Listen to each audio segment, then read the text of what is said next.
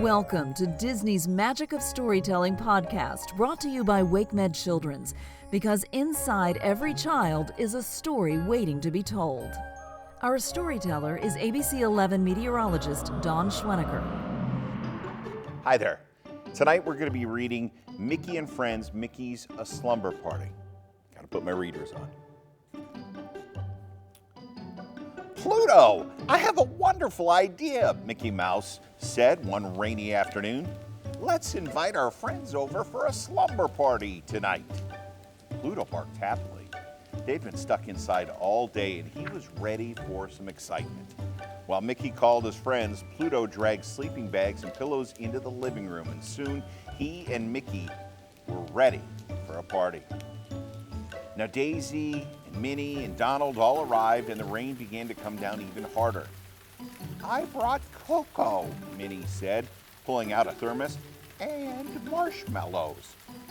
Just the thing I like for a rainy day, Mickey said, guiding his friends to the warm fireplace, and he poured a mug for each of them. Daisy looked around. Where's Goofy? She asked, and Mickey frowned. He couldn't make it. And outside, the wind was blowing hard enough to make the trees sway. Storm clouds covered the moon. Bolts of lightning zapped through the darkness, illuminating the raindrops that began to splash down. You know what this is perfect weather for, Mickey said. Scary stories. And I know one to tell. And as the friends got comfortable, Mickey turned off the lights and began his story. Not long ago, in a village not far from here, there lived a young man who wanted to be a magician. The villagers laughed and told him the magic wasn't real, but he worked hard, and finally, he was able to make things disappear. The villagers still did not believe in his magic, and when he made things vanish right in front of him, they accused him of tricking them. The magician was angry that no one believed him, so he began to make the villagers disappear one by one. And soon everyone in the village had disappeared, but the magician had grown to enjoy making people vanish. So he wandered the land looking for more victims. He points his long arms at anyone he sees, and boom! A huge crash of thunder shook Mickey's house, and the door flew open, and a great gust of wind blew out the fire, and everybody screamed. It's okay, Mickey reassured them as he got up to close the door. It was just the wind. He tried to flick on a light, but nothing happened. The storm must have knocked out all the power. I'll go find some flashlights. And Minnie giggled.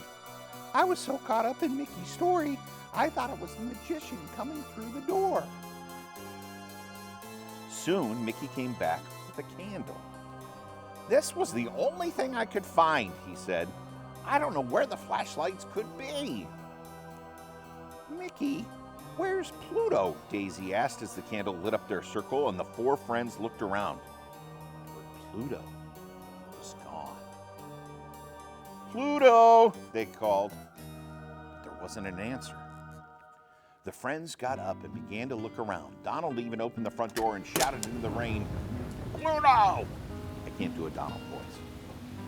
And maybe it was the evil magician who caused the lights to go out, Daisy whispered, and he made Pluto vanish. Don't be silly, Daisy, said Minnie, looking around nervously. That was just a story that Mickey made up to scare us. Right, Mickey? And just then, the door to the basement creaked open. Mickey, Donald, Daisy, and Minnie jumped and turned in time to see a floating white shape entering a room. It's a ghost, Donald cried. He's gonna get us, Daisy gasped, hugging on to Minnie. The white sheet slipped off to reveal a familiar face. It's only Pluto, Mickey said happily, going to help his friend. Pluto had gone to the basement to find flashlights, and his mouth was full of them. Daisy hugged Pluto as he and Mickey passed out the flashlights. I'm so glad you're safe, she said. We've been scaring ourselves with silly things while you were gone. We thought the evil magician made you disappear. I think I've had enough scary stories for one night, Mickey said. What should we do now? I know, Minnie said.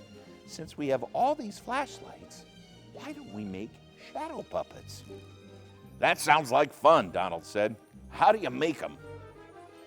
I'll show you, Minnie said. Minnie helped Donald move his hands into a particular shape, and then Mickey held up the flashlight just behind them, and a shadow turtle appeared on the wall. Wow, Donald exclaimed as he moved his fingers and the turtle's head bobbed up and down. Daisy, hold your hands like this, Minnie said. And when Pluto raised his flashlight behind them, a rabbit appeared next to the turtle.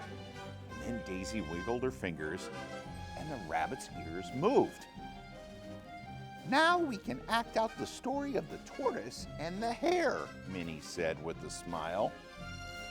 As Minnie began the story, Donald and Daisy moved their shadow puppets on the wall, and just then, a bright flash of lightning lit up the whole room, replacing that shadow puppet on the wall with the shadow of a huge, long-armed figure standing in the front door.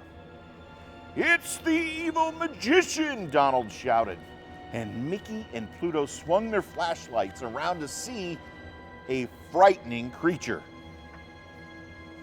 Gosh, Goofy said as he stepped through the door, taking off a wet poncho. I didn't mean to scare you all, but it turns out I could join you for the slumber party after all. Say, who turned off all the lights? Mickey told us a story about an evil magician who makes people disappear, Minnie said. We thought you were him. Well, that sounds scary, Goofy said. I know another scary story if you want to hear it. No! All the friends shouted together.